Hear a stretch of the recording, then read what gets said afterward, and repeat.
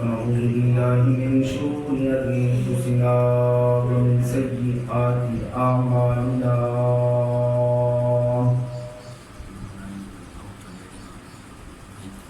من يهده الله فلا مضل له ومن يضلل فلا هادي له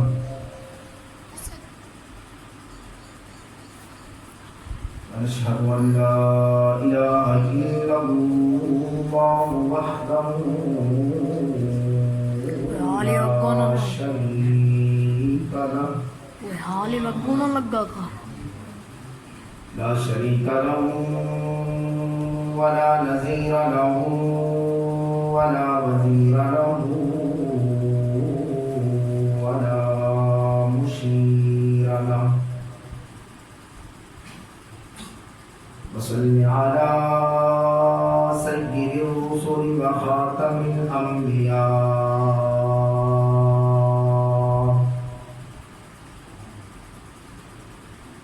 المبعوث إلى كافة للناس بشيرا ونذيرا وداعيا إلى الله بإذنه وسراجا منيرا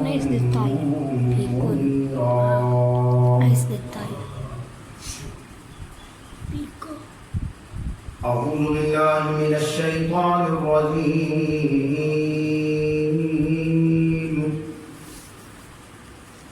بسم الله الرحمن الرحيم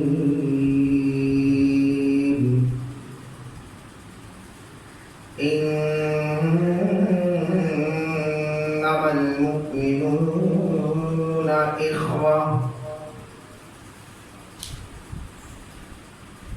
قال الله تبارك وتعالى في كلامه المجيد والفرقان الحميد وأقيموا الصلاة وآتوا الزكاة واركعوا مع الراكعين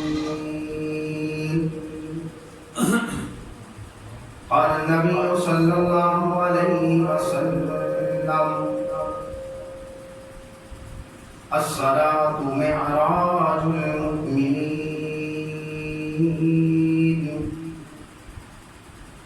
صدق الله مولانا العظيم وصدق رسوله النبي الكريم ونحن على ذلك لمن الشاهدين والشاكرين والحمد لله رب العالمين.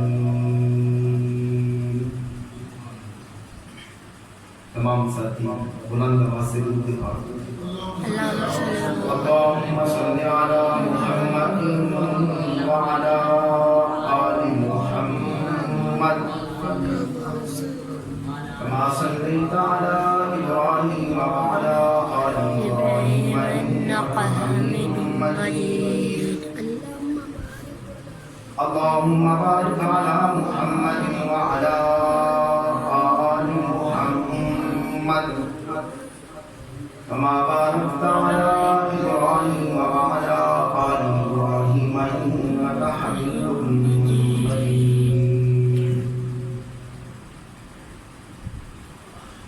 انتہائی واجب الاحترام قابل صد احترام معزز بھائیوں اور دوستوں، سب سے پہلے تو میں آپ حضرات کو عید الفطر کی مبارکباد پیش کرتا ہوں.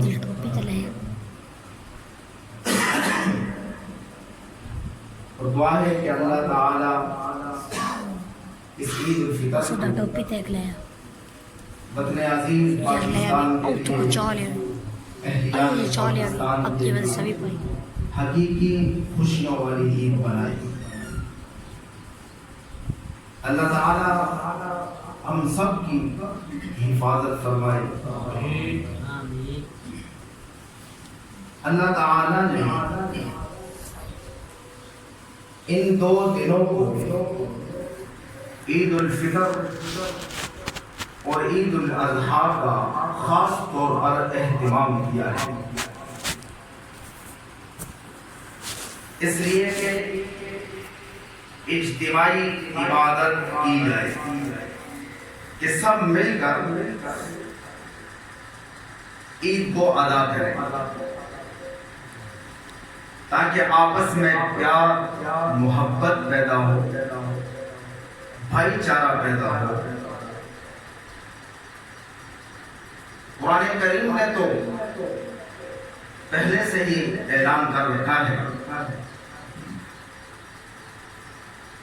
فرمایا انما المؤمنون اخوہ، تمام مومنین آپس میں بھائی بھائی ہیں، تمام مومنین آپس میں بھائی بھائی ہیں، چاہے کوئی یورپ میں رہنے والا ہو، چاہے کوئی افریقہ میں رہنے والا ہو، چاہے کوئی فلسطین میں رہنے والا ہو، چاہے کوئی کشمیر میں رہنے والا ہو۔ قرآن کریم نے فرمایا انما المؤمنون اخوہ، آپس میں بھائی بھائی ہیں، چاہے کوئی عربی بولتا ہو، چاہے کوئی انگلش بولتا ہو، چاہے کوئی فارسی بولتا ہو، چاہے جس علاقے میں رہتا ہو، چاہے کالے رنگ والا ہو، گورے رنگ والا ہو۔ قرآن کریم نے فرمایا انما المؤمنون اخوہ، مسلمان آپس میں بھائی بھائی ہیں، اس لیے کہ ہمارا رب ایک ہے، ہم اس رب پر ایمان رکھتے ہیں، اس لیے کہ ہمارا قرآن ایک ہے، اس لیے کہ ہمارا نبی ایک ہے، ہم قرآن پر بھی ایمان رکھتے ہیں، سرکار دو عالم صلی اللہ علیہ وسلم کی ذات پر بھی ایمان رکھتے ہیں، اس لیے قرآن کریم نے فرمایا کہ مومنین آپس میں بھائی بھائی ہیں۔ قرآن کریم تو حق کھول کھول کر بیان کر رہا ہے اور دعوت فکر دے رہا ہے کہ میرے قریب تو آؤ۔ اور یاد رکھنا قرآن کریم ایک ایسی امانت ہے کہ اللہ تعالیٰ نے یہ امانت آسمانوں پر، زمین پر، پہاڑوں پر پیش کی۔ اِنَّا عَرَضْنَا الْأَمَانَةَ عَلَى السَّمَاوَاتِ وَالْأَرْضِ وَالْجِبَالِ، آسمانوں پر، زمین پر، پہاڑوں پر پیش کی۔ انہوں نے اللہ کے ہاں معذرت کر دی، فَأَبَيْنَ أَن يَحْمِلْنَهَا، معذرت کر لی کہ ہم یہ بوجھ نہیں اٹھا سکتے۔ معذرت نہیں صرف وَأَشْفَقْنَا مِنَّا، کانپنے لگے، لرزنے لگے کہ ہم یہ بوجھ نہیں اٹھا سکتے۔ وَحَمَلَهَا الْإِنسَانُ،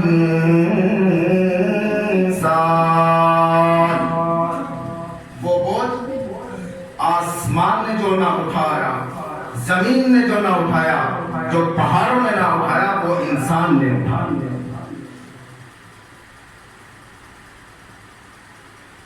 آگے کیا فرمایا؟ انسان بڑا قیمتی ہے۔ یہاں انسان کا ذکر کیوں کیا؟ اس لیے کہ انسان نے وہ بوجھ اٹھایا جو نہ آسمان، نہ زمین، نہ پہاڑ اٹھا۔ آسمان، زمین اور پہاڑ کا ذکر کیوں کیا؟ اس لیے کہ انسان کے دل کے اندر یہ خیال آتا ہے کہ آسمان بہت بلند ہے، زمین بہت وسیع ہے، پہاڑ بہت مضبوط ہیں، مستحکم ہیں۔ اس لیے تو صدیوں سے لگا ہوا ہے یہ معلوم کرنے کے لیے کہ آسمان کتنا بلند ہے، زمین کتنی وسیع ہے، پہاڑ کتنے مضبوط ہیں۔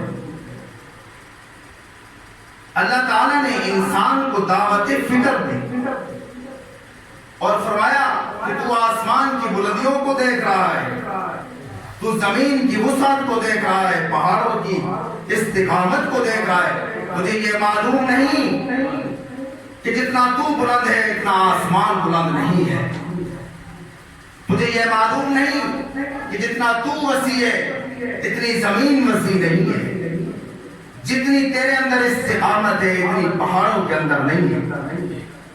وَفِي أَنفُسِكُمْ أَفَلَا تُبْصِرُونَ، تم نے کبھی اپنی ذات پر غور کیا؟ آسمان تیری بلندیوں کا مقابلہ نہیں کر سکتا، زمین تیری بلندیوں کا مقابلہ نہیں کر سکتی، پہاڑ تیری استقامت کا مقابلہ نہیں کر سکتے۔ اللہ تعالیٰ نے انسان کی عظمت کو بیان کرتے ہوئے فرمایا وَإِذْ قَالَ رَبُّكَ لِلْمَلَائِكَةِ إِنِّي جَاعِلٌ فِي الْأَرْضِ خَلِيفَةً، جب رب العالمین نے فرشتوں کے اجتماع میں اپنا ارادہ ظاہر فرمایا کہ میں اپنا نمائندہ زمین میں بھیجنے والا ہوں، زبان اس کی ہوگی، بیان میرا ہوگا، کان اس کے ہوگے، سماعت میری ہوگی، آنکھیں اس کی ہوگی، بصیرت میری ہوگی۔ انی جاعل فی الارض خلیفہ، میں اپنا نمائندہ بھیجنے والا ہوں۔ وہ کیسا نمائندہ، کیسا خلیفہ کہ آسمانوں سے بھی افضل، پہاڑوں سے بھی افضل، زمین سے بھی افضل۔ آگے قرآن کیا کہتا ہے؟ انہو کان ظلوما جہولا، جاہل اتنا ہے، ظالم اتنا ہے، اللہ کے حکموں کو نہیں مانتا،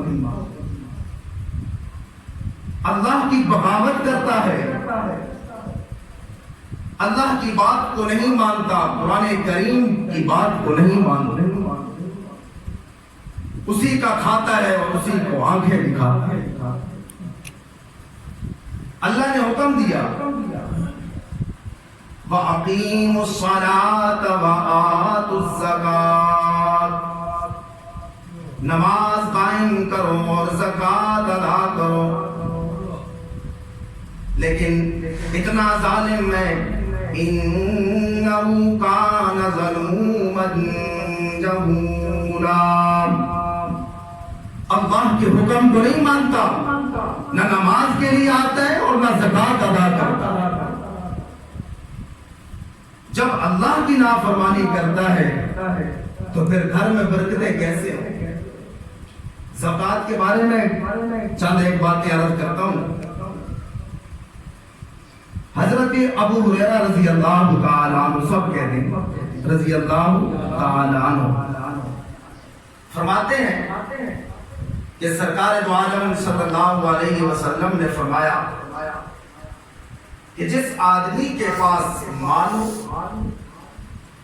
دولت ہو اور پھر وہ زکوٰۃ نہ دے، اللہ کا حق نہ دے، تو کل قیامت کے دن اس کی وہ دولت اور اس کا وہ مال ایک زریلے سانپ کی شکل میں اس پر مسلط کر دیا جائے گا، اور اس سانپ کی زہر کی وجہ سے سانپ کے سر پر بال نہیں ہوں گے، بال اس کے جھڑے ہوئے ہوں گے، اور اس کی آنکھوں پر دو نقطے ہوں گے سفید، اور وہ جو آدمی زکوٰۃ نہیں دیتا اس سانپ کا توق بنا کر اس کے گلے میں ڈال دیا جائے گا۔ اور پھر وہ سانپ کہے گا کہ تو نے دنیا کے اندر اللہ کا حق نہیں دیا تھا، میں تیرا وہ مال ہوں، میں تیری وہ دولت ہوں، اب میں سانپ کی شکل میں تیرے اوپر مسلط کی گئی۔ اور جو آدمی زکوٰۃ دیتے ہیں، حضرت جابر رضی اللہ تعالیٰ عنہ فرماتے ہیں کہ آپ صلی اللہ علیہ وسلم نے فرمایا جو آدمی زکوٰۃ ادا کرتا ہے اس کا سارا مال پاک ہو جاتا ہے، اور وہ پاک مال حرام کاموں پر نہیں لگتا، وہ شراب پر نہیں لگتا، وہ فضول کاموں پر نہیں لگتا، کنجر خانوں پر نہیں لگتا، وہ سارا مال اللہ تعالیٰ اس کا پاک کر دیتا ہے۔ اب مسئلے کی بات یہ ہے، آپ لوگ اگر میری طرف توجہ رکھیں گے تو مسئلہ سمجھ آئے گا، اگر توجہ نہیں رہے گی مسئلہ آپ کو نہیں سمجھ آئے گا، بدنامی میری ہوگی۔ یہ بات ذہن میں رکھ لینا، مسئلہ آپ نہیں سمجھ سکو گے اور باہر جا کر کہو گے کہ مولوی صاحب نے یہ مسئلہ اس طرح بیان کیا تھا۔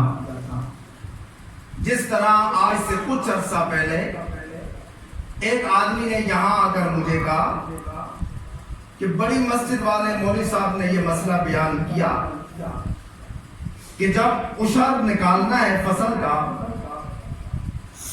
تو مزدوری نکال کر باقی جو مال فصل بچے گا اس کا عشر دینا ہے۔ یہ انہوں نے تو بیان نہیں کیا۔ اب اس آدمی کے سمجھنے میں فرق ہے، انہوں نے تو یہ بیان کیا کہ عشر کا تعلق مزدوری کے ساتھ نہیں ہے، عشر کا تعلق جو زمین سے فصل ہوا ہے اس کے ساتھ ہے۔ حساب یہ لگایا جائے گا کہ 1 ایکڑ میں سے 50 من اگر ہوئے ہیں اس کا حساب لگا کر عشر دیا جائے گا، نہ کہ 10 من بیچ میں سے نکال کر تھریشر کے لیے اور جو مزدور آئے ہوتے ہیں ان کے لیے 40 من کا حساب نہیں لگایا جائے گا۔ مزدوری کے ساتھ عشر کا کوئی تعلق نہیں، عشر کا تعلق اس بات کے ساتھ ہے کہ زمین سے فصل کتنا ہوگا، یہ مسئلہ تھا۔ لیکن اس نے آگر کیا بتایا کہ مولوی صاحب نے کہا جی مزدوری نکال کر باقی جو فصل بچے گا نا اس کا عشر۔ بات یہ ہے کہ توجہ سے بات سننا، مسئلے کی بات ہر ایک کو سمجھ بھی نہیں آتی، اتنا ذوق اور شوق ہو تو تب مسئلہ سمجھ آتا ہے۔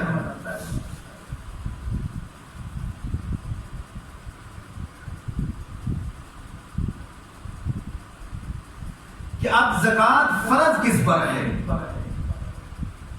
ہر ایک پر تو زکوٰۃ فرض نہیں، سمجھ آ رہی ہے؟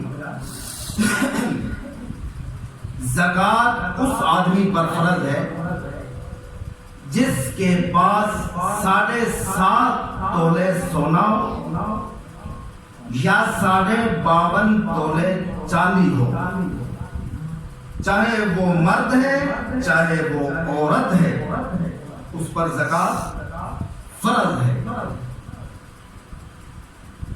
نمبر 2، اگر کسی آدمی کے پاس 7 تولے سونا ہے یا 52 تولہ چاندی ہے، چاہے عورت ہے چاہے مرد ہے، اس پر زکوٰۃ فرض نہیں ہے۔ 7 تولے سونا یا 52 تولے چاندی ہو، اس پر زکوٰۃ فرض نہیں ہے۔ اب یہ مسئلہ جو ہے یہ بڑی توجہ کے ساتھ سننا، بڑا اہم مسئلہ ہے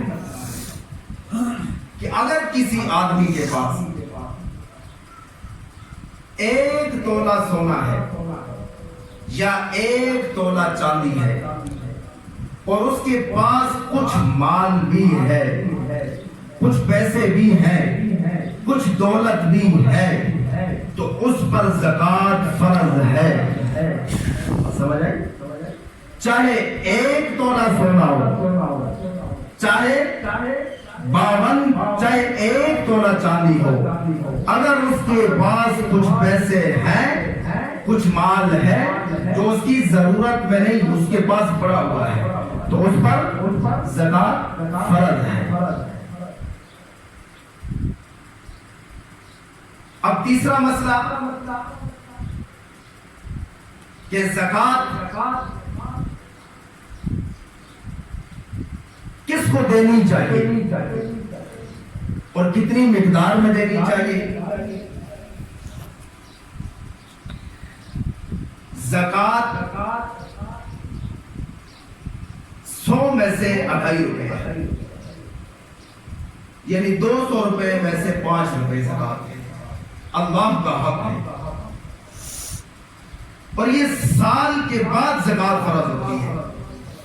اگر اس آدمی کے پاس اتنا مال ہے جو میں پہلے بیان کر چکا ہوں اور سال گزر گیا تو اس پر زکات فرض ہوگی. اور 100 میں سے 2.5 روپے، 200 میں سے 5 روپے، یہ زکات ہے. اب جو مسئلہ آ رہا ہے نا آگے، یہ مسئلہ بہت گرم مسئلہ ہے، اور یہ بات جو ہے نا وہ تو کہنی ہے، چاہے کوئی برداشت کرے چاہے نہ کرے. قرآن کریم کا جو حکم ہے نا، جو حدیث کا حکم ہے، وہ ہم نے منبر رسول پر بیٹھ کر ڈنکے کی چوٹ پر بیان کرنا ہے. چاہے کسی کو سمجھ آئے، چاہے کوئی برداشت کرے چاہے نہ کرے، جو قرآن کی بات ہے، جو حدیث کی بات ہے، وہ بیان کرنی ہی کرنی ہے. اور یاد رکھنا، میں کوئی ہوائی باتیں نہیں کر رہا ہوں آپ لوگوں کے سامنے. میرے پاؤں ریت پر نہیں ہے کہ پھسل جائیں گے، پتھر کی چٹان پر ہے. جو بات کروں گا دلیل کے ساتھ کروں گا اور حق بات کروں گا.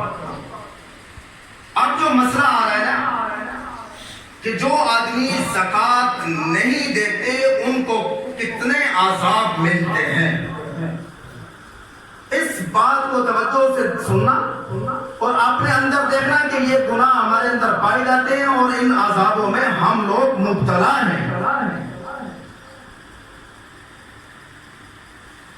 جو آدمی زکات نہیں دیتا، اللہ کا حق نہیں دیتا، اسے 8 عذاب ملتے ہیں. کتنے؟ 8 عذاب ملتے ہیں. سب سے پہلا عذاب، رزق سے برکت اٹھا لی جاتی ہے. اس کی جیب کے اندر روپیہ نہیں ٹکتا، لوگوں کو بتاتا پھرتا ہے کہ میرے پاس آج 5 روپے بھی نہیں ہے، 10 روپے بھی نہیں، میری جیب خالی ہے. اس کے رزق سے برکت ختم ہو جاتی ہے. دوسرا عذاب، اس کی موت بے سبب آئے گی. کوئی سبب نہیں ہوگا، موت آ جائے گی. جیسے آپ کی بیماری آئی گئی کرونا، یہ جانوروں کے لیے تو نہیں آئی، پرندے تو اس میں مبتلا نہیں ہے. اور یہ 8 عذاب، ان 8 عذابوں میں اللہ کی کوئی اور مخلوق نہیں ہے جن پر یہ عذاب آئے. صرف انسان ہے جو زکات ادا نہیں کرتے، یہ ان کے لیے 8 عذاب ہیں کہ بے سبب موت آ جائے گی. کوئی سبب نہیں ہوگا، اس کی موت آ جائے گی، موت واقعہ ہو جائے گی. نمبر 3، بے حیائی عام ہو جائے گی. چھوٹے بڑے کی کوئی تمیز نہیں ہوگی، فحاشی بدماشی عام ہو جائے گی. پڑھے لکھے کی ان پڑھ کی کوئی تمیز نہیں ہوگی. نمبر 4، جو زکات نہیں دیتا اس کی اولاد، اس کی بیوی، اس کے ماں باپ ہر وقت بیماری کی حالت میں رہیں گے، پریشانی میں وہ رہے گا. کبھی شوگر کی بیماری، کبھی بلڈ پریشر کی بیماری، کبھی کینسر کی بیماری، اس کے گھر میں سکون نہیں ہوگا۔ نمبر 5، اس کی کوئی بھی دعا اللہ کے ہاں قبول نہیں ہوگی، چاہے جتنی مرضی لمبی دعائیں مانگو، اللہ کے ہاں اس کی کوئی دعا قبول نہیں ہوگی، اور اس کا کوئی بھی نیک عمل، کوئی بھی نیک عبادت اللہ کے ہاں قبول نہیں ہوگی۔ نمبر 6، ان پر ظالم حکمران مسلط ہو جائیں۔ نمبر 7، نمبر 8، وہ آپس میں لڑیں گے، ظلم ہوگا، ستم ہوگا، آپس میں لڑ کے مریں گے۔ جو آدمی زکوٰۃ ادا نہیں کرتا، یہ 8 عذاب اس کو ملتے ہیں۔ یہ بخاری شریف کی حدیث ہے۔ اب مسئلہ یہ ہے کہ زکوٰۃ آدمی کس کو دے سکتا ہے؟ زکوٰۃ باپ بیٹی کو نہیں دے سکتا، بھائی بہن کو دے سکتا ہے، بہن کی اولاد کو دے سکتا ہے، جن سے پیدا ہوا ہے انہیں زکوٰۃ نہیں دے سکتا۔ نہ ماں باپ کو دے سکتا ہے، نہ دادا دادی کو دے سکتا ہے، نہ نانا نانی کو دے سکتا ہے، نہ نواسی کو دے سکتا ہے، نہ پوتی کو دے سکتا ہے، زکوٰۃ نہیں دے سکتا۔ میاں بیوی بھی آپس میں ایک دوسرے کو زکوٰۃ نہیں دے سکتے، باقی سب رشتہ داروں کو زکوٰۃ دے سکتے۔ اب زکوٰۃ لینے کا مستحق کون ہے؟ جس کے پاس اتنا مال نہ ہو، تقریباً 47-48 ہزار کا، جو اس کی استعمال میں نہ ہو، گھر میں پڑا ہو، پیٹی میں تو بسترے پڑے ہیں یا کوئی قیمتی چیزیں پڑی ہیں، جس کے پاس 48 ہزار تک مال ہو جو استعمال میں نہ ہو، اس آدمی کو آپ زکوٰۃ نہیں دے سکتے ہو، وہ زکوٰۃ کا مستحق نہیں ہے۔ باقی آپ غریب لوگوں کو زکوٰۃ دے سکتے ہیں، اور زکوٰۃ دیتے وقت دل میں ارادہ ہونا چاہیے کہ یہ زکوٰۃ میں دے رہا ہوں، اسے بتانا ضروری نہیں۔ اب بات 1-2 منٹ عشر پر کر لیتے ہیں۔ اللہ تعالیٰ کے انسان پر بہت سارے انعامات ہیں، بہت ساری نعمتیں ہیں کہ انسان ان کا شمار کرنا چاہے تو شمار نہیں کر سکتا۔ اس میں سے ایک نعمت زمین بھی ہے، جس کو اللہ نے انسان کے تابع کر دیا ہے۔ قرآن کریم میں فرمایا فَإِن تَعُدُّوا نِعْمَةَ اللَّهِ لَا تُحْصُوهَا، کہ اگر تم میری نعمتوں کو شمار کرنا چاہو تو شمار نہیں کر سکتے۔ اور ان نعمتوں میں سے ایک نعمت زمین ہے۔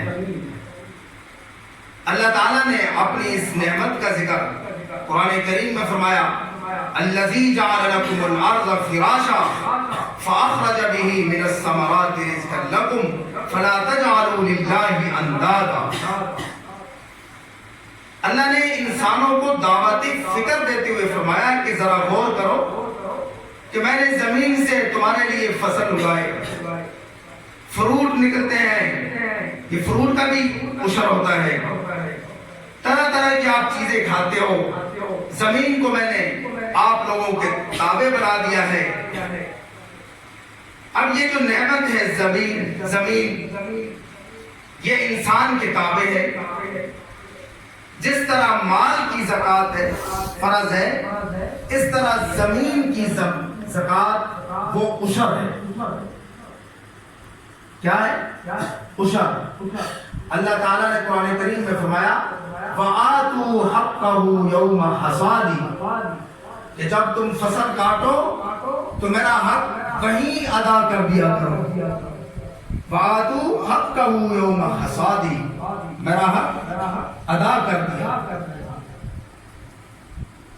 جو اللہ کا حق ادا نہیں کرتا تو اللہ تعالیٰ نے فرمایا کہ سارا مال حرام ہو جاتا ہے، برکت ختم ہو جاتی ہے۔ اب سرکار دو عالم صلی اللہ علیہ وسلم نے فرمایا کہ جو زمین بارش کی وجہ سے فصل اگائے، اس پر محنت نہ کی جائے، ہل نہ چلائے جائیں، ٹویل کا پانی نہ دیا جائے، اس کا عشر 10واں حصہ ہے۔ کتنا؟ 10واں حصہ۔ اگر 10 من گندم ہوئی، 9 من گھر میں رکھ لے، 1 من اللہ کے راستے میں۔ اور جن پر ہل چلائی جاتی ہے، محنت کی جاتی ہے، جس زمین پر ٹویل کے ساتھ پانی دیا جاتا ہے، اس کا 20واں حصہ ہے۔ کتنا؟ 20واں حصہ۔ 19 من گھر رکھ لے، 1 من اللہ کے راستے میں۔ اب یہ عشر کا طریقہ ہے، اتنا عشر دینا ہے۔ اللہ تعالیٰ سے دعا ہے کہ اللہ تعالیٰ ہم سب کو اللہ تعالیٰ کا حق ادا کرنے کی توفیق عطا فرمائے۔ اللہ تعالیٰ ہمیں ہر ایک قرآن کریم کا حکم ماننے کی توفیق عطا فرمائے۔ اگر زکوٰۃ ادا نہیں کرو گے، اللہ کا حق نہیں نکالو گے، عشر نہیں دو گے، قرآن کریم کی بات کو نہیں مانو گے، قرآن کریم کا حکم نہیں مانو گے، قرآن کریم آپ کو ظالم کہہ رہا ہے، ظالم۔ اِنَّهُ كَانَ ظَلُومًا جَهُولًا، وہ ظالم ہے جو اللہ کا حق ادا نہیں کرتا، کیونکہ یہ قرآن کریم کا حکم ہے، وَأَقِيمُوا الصَّلَاةَ وَآتُوا الزَّكَاةَ، زکوٰۃ ادا کرنا اللہ کا حکم ہے، وَآتُوا حَقَّهُ يَوْمَ حَصَادِهِ، عشر نکالنا، اللہ کا حق نکالنا، یہ قرآن کریم کا حکم ہے۔ اس لیے جو اس حکم کو نہیں مانے گا، قرآن کریم اسے ظالم کہتا ہے کہ یہ اللہ کے ساتھ بغاوت کرتا۔ تو دعا ہے کہ اللہ تعالیٰ ہم سب کو اپنا ہر ایک حکم ماننے کی توفیق عطا فرمائے۔ سرکار دو عالم صلی اللہ علیہ وسلم کی ہر ایک بات ماننے کی توفیق عطا فرمائے۔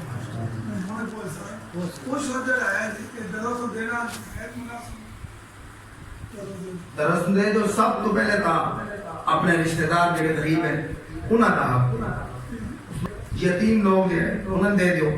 اور یاد رکھنا، قرآن کریم کی ایک آیت یاد آ گئی کہ جب جنتی لوگ جنت چلے گئے سب تو ایک دوسرے میں پہچان لے، باری کھولی جاسی، باری اپنے رشتہ دار بھی پہچان لے سب جنتی لوگ، اور جنتی لوگ انہاں تے سوال کر سکتے۔ کی سوال کر سکتے؟ فی جنات یتساءلون، جنتی لوگ سوال کریں عن المجرمین، مجرموں سے، ما سلککم فی سقر، جو سقر میں پڑے ہوئے ہیں، جہنم میں، کہ تمہیں کون سی چیز جہنم میں لے کر آئی، کس چیز نے جہنم میں ڈالا؟ تو وہ جواب کیا دے گی؟ دو جواب دے گی۔ قالوا لم نک من المصلین، مؤذن اذان دیا کرتا تھا، آ جاؤ مسجد میں، ہم نماز کے لیے نہیں جایا کرتے، پہلا جواب۔ قالوا لم نک من المصلین، ہم نماز نہیں پڑھا۔ دوسرا جواب، ولم نک نطعم المسکین، ہم زکوٰۃ نہیں دیا کرتے، مسکینوں کا حق انہیں نہیں دیا کرتے تھے۔ وَلَمْ نَكُ نُطْعِمُ الْمِسْكِينَ، یہ زکوٰۃ، عشر، یہ مسکینوں کا حق ہے۔ اور یہ جہنمیوں کے جواب ہیں تو کہ ہم نہیں دیا کرتے تھے، ہم کہتے تھے دیکھا جائے گا جب مریں گے، حَتَّى أَتَانَا الْيَقِينَ، آج ہمیں اس دن کا یقین ہو گیا، آج ہمیں پتہ چل گیا۔ اور تیسرا مسئلہ یہ ہے کہ فطرانہ جو ہے یہ ایک آدمی کا 80 روپیہ ہے۔ کتنے؟ 2 کلو گندم 80 روپیہ۔ اور یہ عید کی نماز سے پہلے ادا کرنا چاہیے. جتنے بھی گھر کے افراد ہیں گھر کے اندر ان سب کا حساب لگا کر 80 روپے کے ساتھ یہ عید کی نماز سے پہلے ادا کرنا چاہیے. اس کا یہ فائدہ ہوتا ہے کہ اگر کوئی روزوں کے اندر کوئی کمی کوتاہی رہ گئی ہے یا تراویح کے اندر یا عبادات کے اندر تو اللہ تعالیٰ اس فطرانے کے صدقے وہ کمی دور کر دیتے ہیں. تو یہ بھی تمام ساتھی جو ہے اس بات پر بھی عمل کریں, فطرانہ جو ہے وہ دیں. جو بچہ آج صبح پیدا ہوا ہے اس کا بھی فطرانہ ہے. تو اللہ تعالیٰ عمل کرنے کی توفیق عطا فرمائے. جی اکڑ بھی دے سکتے. باقی دو گلا کرنے تھوڑے نال میں اپنے اترنے وہ بھی کر لے گی سارے دے سامنے کر لگی تو فائدہ ہوں دے. جب ایک دو بندے نال کریے تو بعد چاہتے دی مولوی دے وچ کوئی گل آئی پھر روک کے اس کی تو بعد اس بات ہو گیا مولوی بدنام کہ اے تو مسئلہ آئی نہیں, مسئلہ کوئی ہو رہا ہے. پہلی گل تے کہ میں تے ممبر رسول تے بیٹھا, اگر میرے بارے کوئی کسی دے ذہن کوئی گل ہے تو کھڑے ہو کے میں دس کہ تواڈے اندر آ گل پائی جاندی ہے. اس واسطے ساری زبان سارے کنٹرول نہیں ہے, اسی نہیں کر سکتے. تسی تواڈے اندر آ گل پائی. باقی مسئلے دے لحاظ نال اگر کوئی من بہترین آدمی کہے یا نہ کہے, کوئی اچھا آکے یا نہ آکے, سن کسی دی اچھائی کی ضرورت کوئی نہیں. آج تو 1400 سال پہلے سرکار دو عالم صلی اللہ علیہ وسلم اپنی حدیث دی روشنی دے وچ سن اچھے آگے بہترین آگے. اور آج تو کوئی بندہ اچھا آکے نہ آکے کوئی مرضی, ساڑی شان اس کوئی کمی نہیں. فرمایا خیرکم من تعلم القرآن وعلم, تم میں سے بہترین شخص وہ ہے, بہترین سرکار دو عالم صلی اللہ علیہ وسلم سے یہ زبان سے یہ جملے نکل رہے ہیں جو زبان اس وقت تک بولتی نہیں ہے جب تک وحی نہ اترے. خیرکم من تعلم القرآن وعلم, تم میں سے بہترین شخص وہ ہے جو خود بھی قرآن سیکھے اور دوسروں کو بھی قرآن سکھائے. سرکار دو عالم صلی اللہ علیہ وسلم کی حدیث ہمیں بہترین کہہ رہی ہے. اب کوئی کہے یا نہ کہے ہماری شان کے اندر کوئی کمی نہیں. اب عرض یہ ہے کہ میں بڑی معذرت کے ساتھ آپ لوگوں سے یہ عرض کرتا ہوں کہ ہم لوگ جو ہیں دین کا کام کرتے ہیں اللہ کی رضا کے لیے, قرآن کریم کا علم دیتے ہیں. اگر یہاں نہیں تو کہیں اور سے, یہ کوئی ضروری تو نہیں کہ ادھر ہی دینا ہے قرآن کریم کا علم. اس لیے میں تو واضح طور پہ بات کرتا ہوں کیونکہ میرے اندر کسی قسم کا کوئی عیب نہیں ہے, نہ کوئی مجھے ڈر ہے, نہ کوئی کسی کا کوئی جھاکا ہے. بات یہ کر رہا ہوں اگر ایسے بات کر دوں تو غلط نہیں ہوگی, لیکن وہ تو بہت بڑے لوگ تھے کہ حضرت حسین رضی اللہ تعالیٰ عنہ کو پہلے بلایا, پھر بلا کر ان کے ساتھ غداری کی. پہلے مسجد کے اندر آ کر والدین کے یہ جملے ہوتے ہیں کہ قاری صاحب ہمیں اپنے بچے پڑھے ہوئے چاہیے, ہمیں ان کا گوشت نہیں چاہیے, ہمیں ان کی ہڈیاں چاہیے, ہم نے اپنے بچوں کو پڑھانا ہے. اور اگر کوئی قاری صاحب 1 سوٹی مار لیں, 2 سوٹیاں مار لیں تو پھر کہنا آپ اس قابل نہیں ہو کہ آپ مصلی رسول پر کھڑے ہو جائیں, آپ اس قابل نہیں, آپ بغیرت ہیں. ہم نے یہ قرآن کریم کا علم 8 سال لگا کر اس لیے سیکھا تھا کہ ہم لوگوں کی گالیاں سنیں, لوگوں کی باتیں سنیں. ہم نے اس لیے نہیں سیکھا تھا, ہم نے اس لیے سیکھا تھا کہ ہم لوگوں کو بتائیں نہ مسجد کا احترام, نہ مسجد کا تقدس, نہ مسجد کا خیال. اور پھر جو زبان نکلتی ہے, جو زبان کنٹرول میں نہیں آتی, جب زبان کنٹرول میں نہیں آتی تو پھر ہاتھ بھی کنٹرول میں نہیں رہتے. اس لیے لہذا میں یہ نہیں چاہتا کہ یہاں اس ڈیرے کے کچھ لوگوں کے ہاتھ میرے گریبان تک پہنچے. میں یہ نہیں چاہتا, اور میں اس بات کو اپنی توہین سمجھتا ہوں. یہ مولوی قمر صاحب ہی تھے جن کا دل اور گردہ تھا کہ وہ لوگوں کی باتیں سن کر, گالیاں سن کر, ایک دوسرے کے ساتھ لڑائی کر کے پھر بھی گئے. میں یہ باتیں برداشت نہیں کر سکتا.